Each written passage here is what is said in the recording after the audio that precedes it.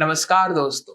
2008 में reality show big boss और MTV5 के विनर आशुतोष कौशिक ने हाल ही में दिल्ली हाई कोर्ट में एक पिटीशन फाइल की, जिसमें उन्होंने राइट टू बी फॉरगॉटन को साइट करते हुए कहा है कि उनकी वीडियोस, फोटोग्राफ्स और आर्टिकल्स को इंटरनेट से रिमूव कर दिया जाए। तो दोस्तों, आज की वीडियो में हम जानेंगे कि राइट टू बी फॉरगॉटन क्या होता है, इंडियन लॉ और कोर्ट्स इस राइट के बारे में क्या कहते हैं, इसे कब यूज किया जा सकता है और इसके क्या चैलेंजेस हैं। So let's get started. पहले समझते हैं आशुतोष कौशिक की पेटिशन किसके बारे में है। दोस्तों, आशुतोष कौशिक की पेटिशन 2009 के एक इंसिडेंट का जिक्र करती है, जिसमें उन्हें मुंबई पुलिस ने शराब पीकर गाड़ी चलाने के आरोप में गिरफ्तार किया था। गिरफ्तारी के 10 दिन बाद उन्हें मेट्रोपॉलिटन मजिस्ट्रेट ने 1 दिन की कैद की सजा सुनाई, 3100 रुपये जुर्माना लगाया और 2 साल तक उनका लाइसेंस सस्पेंड कर दिया। तो पिटीशन में कहा गया है कि इंसिडेंट के 10 से ज्यादा साल होने के बाद भी इंटरनेट पर प्रेजेंट आर्टिकल्स, वीडियोस और फोटोज उन्हें साइकोलॉजिकली परेशान कर रहे हैं, इसलिए उन्हें इंटरनेट से हटा दिया जाए। अब क्वेश्चन आता है, राइट टू बी फॉरगॉटन क्या होता है।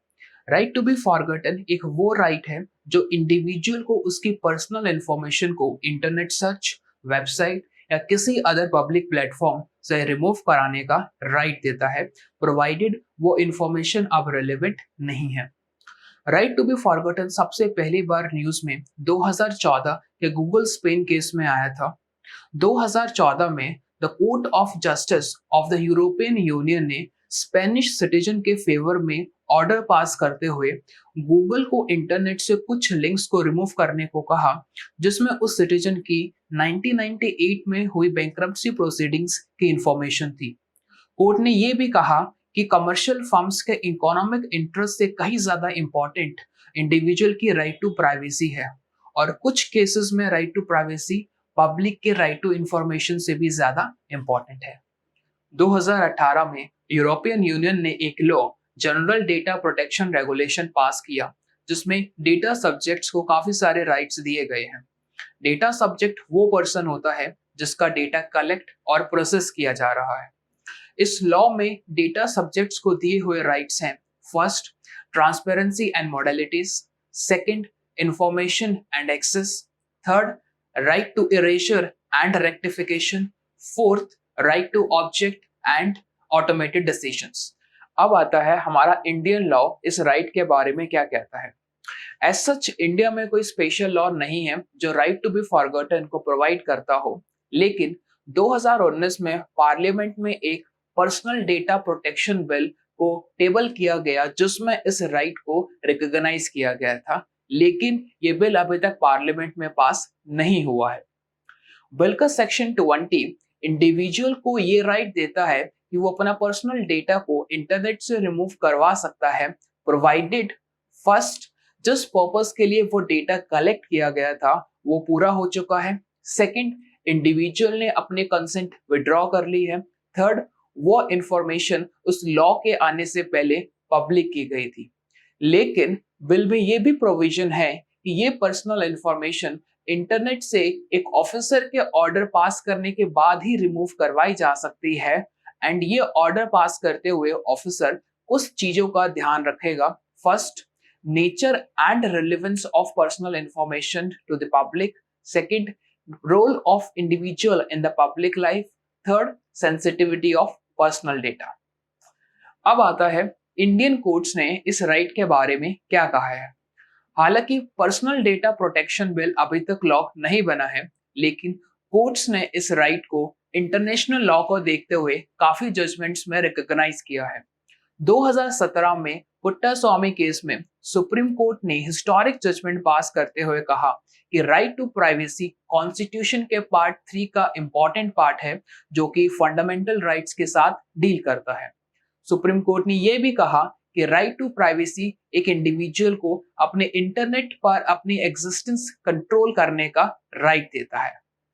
पिछले महीने जून 2021 में दिल्ली हाई कोर्ट ने इंडियन ओरिजिन के अमेरिकन सिटीजन जोरावर सिंह मंडी के केस में इंटरिम ऑर्डर पास करते हुए इस राइट को रिकॉग्नाइज किया।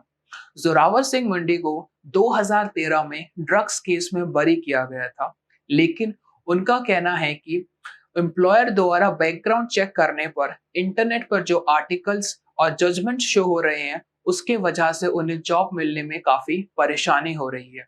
इस चीज को ध्यान में रखते हुए दिल्ली हाई कोर्ट ने गूगल और इंडियन कानून वेबसाइट को उस ड्रग्स केस से रिलेटेड सारे लिंक्स और जजमेंट्स को रिमूव करने का ऑर्डर पास किया। अब आता है इस राइट को कब यूज किया जा सकता है। राइट टू प्राइवेसी जजमेंट पास करते वक्त सुप्रीम कोर्ट ने क्लियरली कहा है कि इस राइट का मतलब नहीं है कि इंटरनेट पर प्रेजेंट सारी पर्सनल इंफॉर्मेशन को डिलीट कर दिया जाए, क्योंकि उससे सोसाइटी पर काफी नेगेटिव इफेक्ट्स देखने को मिलेंगे। सुप्रीम कोर्ट ने कहा है कि इस राइट को उन केसेस में यूज नहीं किया जा सकता जहां डेटा की जरूरत है। First, freedom of expression and information के लिए। सेकंड, साइंटिफिक रिसर्च और स्टेटिस्टिकल पर्पस के लिए। थर्ड, आर्काइविंग पर्पस, मतलब रिकॉर्ड्स को पब्लिकली स्टोर करने के लिए। फोर्थ, लीगल ऑब्लिगेशंस को कंप्लाई करने के लिए।